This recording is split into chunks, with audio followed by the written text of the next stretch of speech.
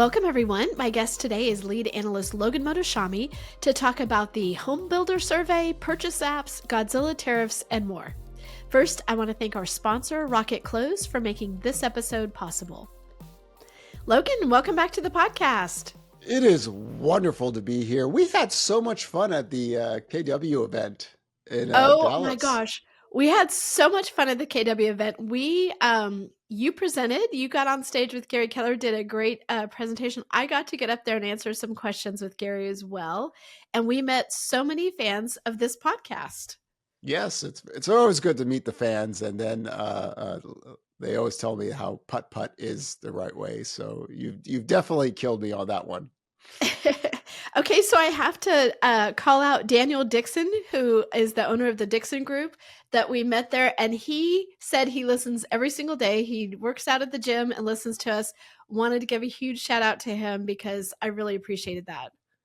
Yeah, and he even knew when my voice was gone that one time. So you know the fans are loyal when they know when your voice breaks out from an He event. did, yeah, but we met tons of them. It was great. Okay, well, we have tons to talk about today. First up, Homebuilder survey collapses. Yes, and by the time this podcast comes out, housing starts and permits will come out. In fact, a few hours from when this podcast comes out early in the morning, I'll be on CNBC with another Wall Street analyst, and we'll talk about the builders today. Builder survey, very key. Before Godzilla tariffs were even a thing, this was the wild card going into 2025. And for those who don't know, when I track economic cycles, I really weight the builder survey, housing permits and starts. And traditionally what happens in the last few cycles, of course, take COVID out of the equation, when residential construction workers tend to lose their jobs, then manufacturing lose their jobs. We go into a recession at that point. That's a labor trigger. The last jobs report, residential construction workers had a very, very small decline month to month. But the builder survey is fallen again. All four categories fell. Now, this survey was kind of taken before the de-escalation of Trump's war with China, and then what people are thinking about. We have more deals coming along, but in any case, rates are still elevated. The new home sales sector is at 2019 levels. Right, it hasn't gone anywhere for years, but it has a higher bar to perform for the necessity to build more homes. Right, they're not the March of Dimes, so they've got to be able to finish these homes, sell them, make money, and move on. This is why housing permits have been at kind of recession levels for some time now. But in this case, tariffs, higher rates, uncertainty, all these things put together brought the survey down. And we've also had a small decline month to month on the labor side. These are things that we keep an eye on because if they keep on progressing, it's not a benefit to the economic cycle as we've seen in many previous cycles before. So in your article on this, you outlined, you highlighted the National Association of Home Builders chief economist Robert Dietz, his quote that said that the initial trade arrangements with the United Kingdom and China are welcome development, but still the overall actions on tariffs in recent weeks have had a negative impact on builders, as 78% reported difficulties pricing their homes recently due to the uncertainty around material prices. So that's really the key there.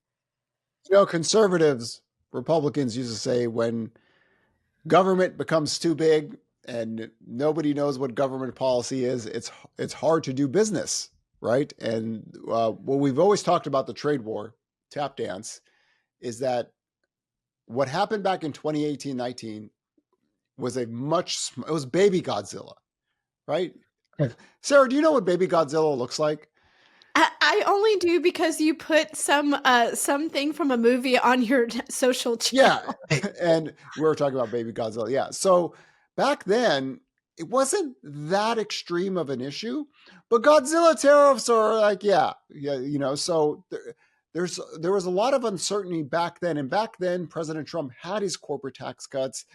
Inflation wasn't a problem back then. The growth rate of inflation was falling, and still business investment went to zero. In that backdrop, here we straight Godzilla tariffs, and elevated rates, and we just came off of an inflation push. So much different environment. So you can understand the builders just not 100% sure what's going on. However, 10-year yield rules all. Trump believes, and I believe he is right on this, if mortgage rates go down, the builders sell homes, right? Yeah. Because it is true. Lumber prices were around 1,500 during COVID, but mortgage rates were at 3%. So we pushed right through it, right? Demand was there. So when I did that CNBC interview about 5-6 weeks ago, talking about, the cure for tariffs were lower mortgage rates, specifically talking about the home builders, and Trump's premise of that, if mortgage rates do go lower, builders can still sell homes. If they need to buy down even more to move the product, then you get permits going again, and then the U.S. could start building homes. And that's what a prominent, powerful country does: buy homes, build homes, and push that forward. And the best way to fight inflation is always supply. And we get what traditionally happens in economic expansions: housing permits tend to grow. So here we are. We've seen this. We're only 4 points away, the Builders Confidence Index, from the lows of COVID, right? Some of these consumer surveys are much worse, but the builders are like, oh, so it's not good for production that this is happening. But lower rates, lower 10-year yield cures everything.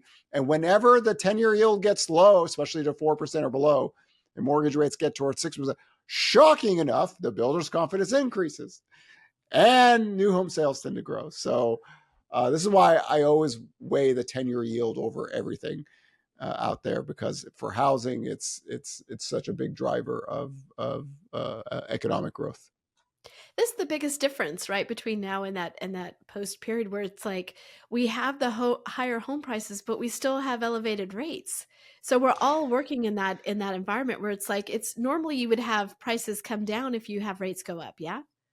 No, prices do Thank not. you. No, it's funny. It's. I had just conversation with someone. I was saying all these people that are predicting home price crashes for the last 13 years, they were telling you home prices were going to crash because inventory was historically low, and there was no distress sales. And if you look at the history of U.S. economics going back post World War II, we have over 80 years of data. No matter where mortgage rates were, home prices actually never fell in any meaningful way. The 1990s had, 1990 had 0.7%, and 1991, 0.2%. But the housing bubble crash years was unique because we had major distress, foreclosures and bankruptcies 4 years before the Great Recession happened. So the oddly enough, the foreclosure crisis happened before the recession. Never a good thing. It's not what you ever want to see. You traditionally have late cycle lending and foreclosures. So higher rates in terms of the builders can reduce their prices and use their profit margins to pay down rates. But if we're talking about the existing home sales market, clearly what we have seen in 2023, 2024, and so far in 2025, higher rates or elevated rates have not caused national home prices fall. In some parts of the U.S. where inventory is more elevated, it's less affordable. You do see price declines, but on a national basis, there's not much history around that. So good point. So in a place like Florida or Texas, where we're seeing inventory really pick up compared to the rest of the nation, we do see price declines in those specific areas. In those areas, one of the things I've talked about going back a few years, if you can get inventory back to 2019 levels, 2019 levels was the 5-decade low nationally. But back in 2018 and 19, price growth was cooling down. Real home prices briefly went negative for a very time, but affordability was much better back then. Now affordability is much harder in those areas, especially the areas that need migration are susceptible to price declines. On a national basis, you're not quite there yet. And this is why we always found it odd that people were talking about 20, 30, 40% home price crashes without, anybody with basic English reading skills could see that over 80 years, there's not much data to support something like that. There's something to support ebbs and flows in regionals and real home prices falling maybe on a national basis, but on a nominal basis, it's actually really rare. But the builders on the other side of this equation, their new home sales level is at 2019 levels. The existing home sales is at still working from all-time lows. And the irony here is purchase application data, Sarah. That's it. The hero of this The cycle. yeah, the seasonal peak is now here for me, at least for my work. And for those who don't know what I'm talking about, second week of January to the first week of May. In a normal purchase application data cycle, that's the heat months. That's where volumes tend to rise. After May, total volumes tend to fall, right? That's that seasonal curve where we see in housing. The last 2 weeks, oh my God, I can't believe I'm saying this even. The seasonal peak weeks have had double-digit year-over-year growth for purchase application data, which looks out 30 to 90 days. Always remember, purchase application data is a outward forward-looking data line curve. It doesn't mean it's going to happen in the previous month reports or even the current. It could come in even 2 to 3 months out. But in this case, existing home sales market is working from such a low bar that it doesn't take much to move the needle. Where the builders do have some growth, but they're at such elevated levels and they sell homes like a commodity. They don't have a seller that needs to sell the new home and then move somewhere else. They basically build it, try to manage the cost, and make as much money as possible because they are not the March of Dimes. It's more difficult, right? One of the things I've liked to show recently is the total active completed units. Not a lot of homes, right? It's about 120,000, roughly around there. Our new listings data in 2 weeks surpasses that entire data line for the last 14 years, right? But for the builders, if you go back to the 1960s, take 2008 out of the equation, usually around 120,000, that's kind of it. They don't tend to want to build more homes during that time frame, and usually that's the end of the cycle. And permits fall and housing starts fall. We've already had a decline in housing starts and permits, and we're just working still off of a backlog that the builders have. Oddly enough, even today, the home builders still have near the highest levels of homes that haven't even started yet. Construction. So they're keeping the labor in there for that. And then it's just the ebbs and flows with the 10-year yield and mortgage rates. We started doing this podcast and you would talk about how the builders are not the March of Dimes, but also you said something that has always stuck with me, which is like every time they complete a home and it gets sold, that home is now their competition. And so they really play the long game of like, because at the time we were talking about, why can't they just build more homes? Why can't they just help us out? And it's like, why would they do that? Like as soon as it sells, that is now a competition to everything else they're going to make. It's one of the more challenging things to have explained to people over the last 10 years. But think of the builders in a way that kind of how OPEC or the oil companies, like the oil companies are like, oh my God, oil prices are, here. We're not drill, baby drill. You can see all these, we're reducing CapEx, we're going to buy back shares, The people are here to, if you've never run a business, a lot of people go, well, the builder should just build homes. And have you ever run a business in your life? Have you ever had to make payroll? Have you ever had to deal with regulate? No, you haven't. That's not how it works. So the supply and demand equilibrium for the builders is so much different than the existing home sales market. But the existing home sales market, it's massive, massive, massive, massive. So let's do the numbers here. Let's take the NAR data. The NAR's total active inventory is 1.33 million, right? The builders completed units as 120,000, right? The builders have always been able to deal with the existing home sales market as a competitor.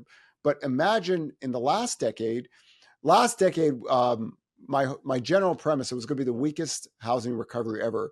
The builders did not have an advantage because they were dealing with a massive inventory that was cheaper, the existing home sales market, and mortgage rates were everywhere was the same, right? Everybody was playing from the same playing field. During COVID, it was the exact opposite. Inventory broke to all-time lows. And when rates spiked up, the builders like, wow, there's not that much inventory. Hey guys, come here. Our profit margins are still very good. Back then it wasn't. Their profit margins just collapsed. It was negative double digits. Here they're still double digits higher. So they have levers to pull and things to move. If they didn't, right, if they didn't pay down rates, we'd probably even have less construction and probably have lost more jobs. But They've been able to manage the cycle well, considering all the factors out here. I think 7% of all what they import into a new home on a national basis comes uh, uh, uh, from out of the U.S. So it isn't like the biggest hit to them on tariffs, but still, pricing, right? In this environment, in this chaotic time, pricing is a little bit more tricky, and that's kind of what the builder survey told us. Do you know, out of the 5 homes that I've bought as an adult, 4 of them were new builds? You can tell I live in Texas. Because the builders were always able to offer you incentive, buy it down, give you more for your money, so that's interesting. Yeah, it advantage, disadvantage. The builders did not have the advantage in the last decade because housing was more affordable back then. Rates were low, but the total active inventory let me give you guys an example. In 2014, the NAR's inventory data was near 2.4 million, right? Currently, it's 1.33.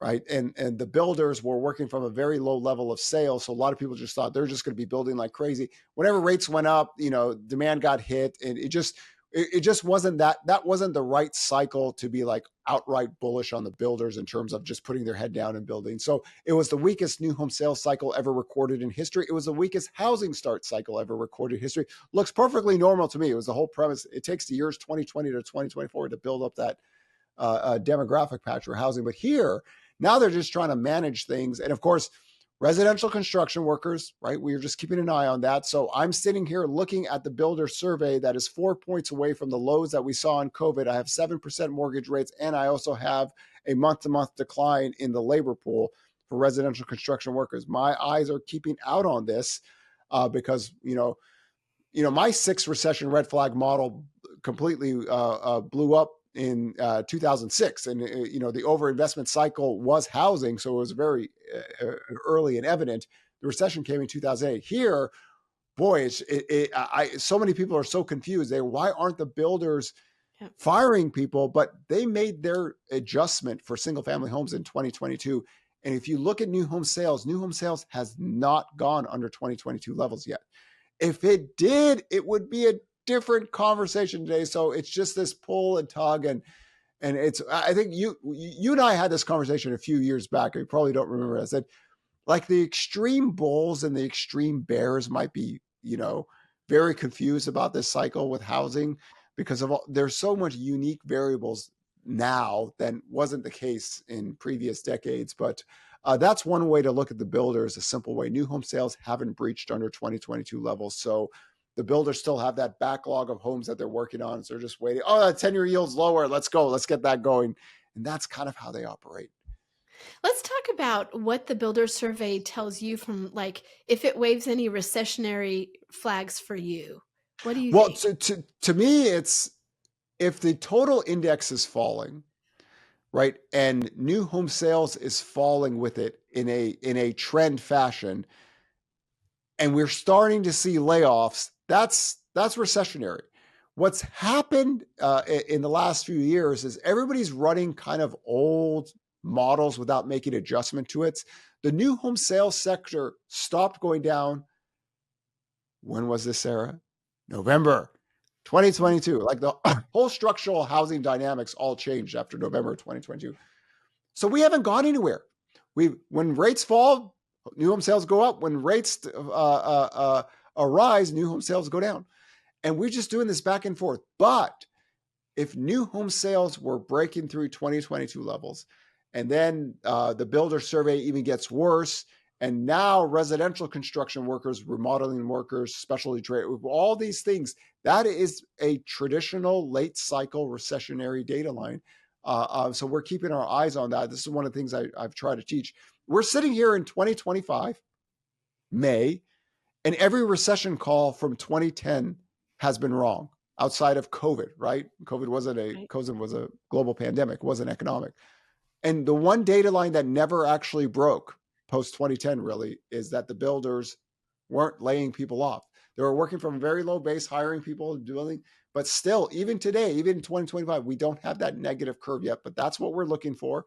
If it does happen, if rates, hypothetical, let's say mortgage rates go to 7.5, 7.75, builders' confidence even gets worse, new home sales, yes, That is a late cycle recessionary indicator. So we're keeping an eye on this. So you can understand why President Trump wants lower mortgage rates, right? We're not talking about needing 3 or 4 or 5%. Just getting down to 6% can get the country moving again, building homes again, people having sex, having kids, things that the most powerful economy in the US can do. We're like 1% away from getting that curve going again. So that's the more frustrating part. If we needed 3, 4, or 5% rates to do this, then it's much different. But the builders have been able to pay down rates, and they've lived in the sub 6% mortgage world for some time now. It just gets more costly as rates go up and supply goes up or margin pressure. So the business of doing home building has gotten more complicated in 2025. Okay, so you already talked about permits and starts. Of course, we're doing this and not knowing what those are. Any final comments on those? Well, rates did fall a little bit. After the Godzilla tariffs, we went all the way to 7-10%. Then we fell down about 30-35 basis points. So we'll see how the next new home sales report looks like.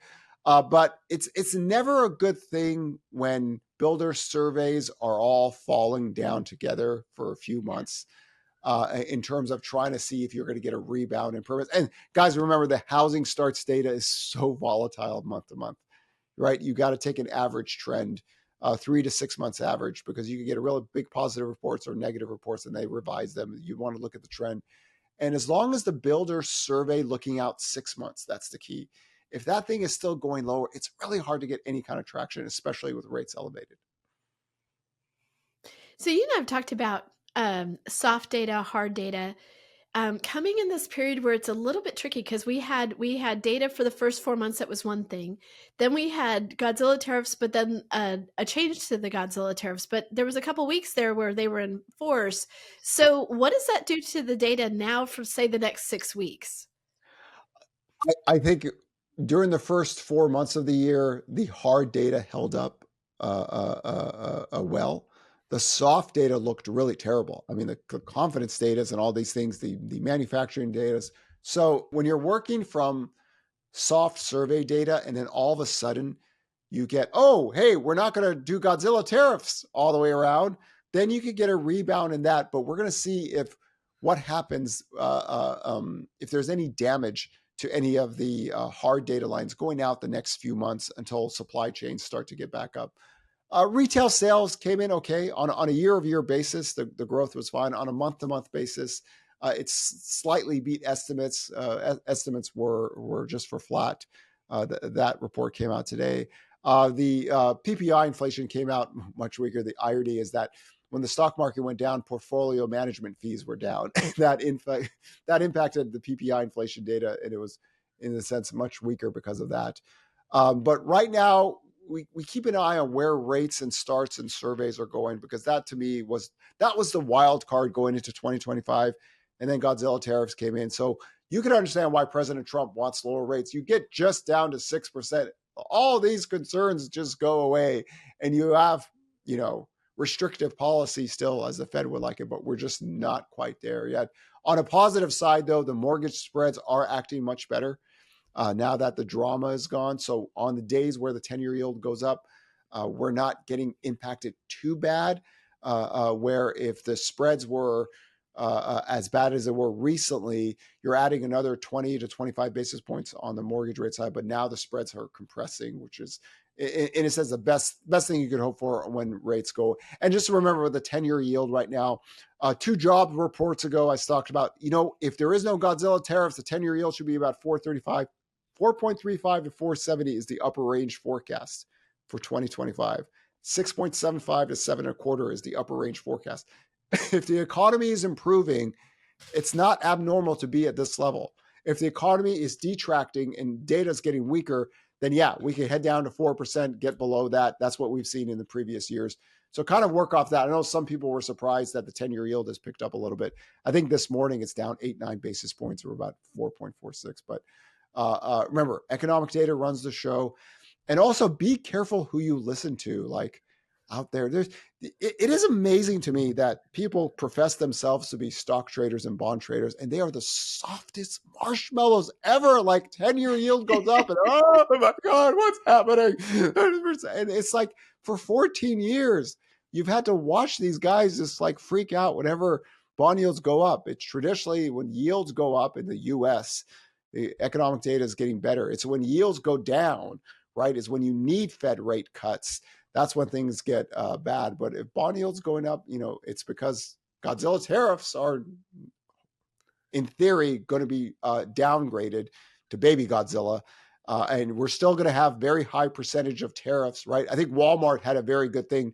Their CFO talked about this today. Hey, listen, in about a month, we're going to see we can't absorb the prices, and neither can our suppliers. So prices are going up. This is something that we want to think about going out for the next few months.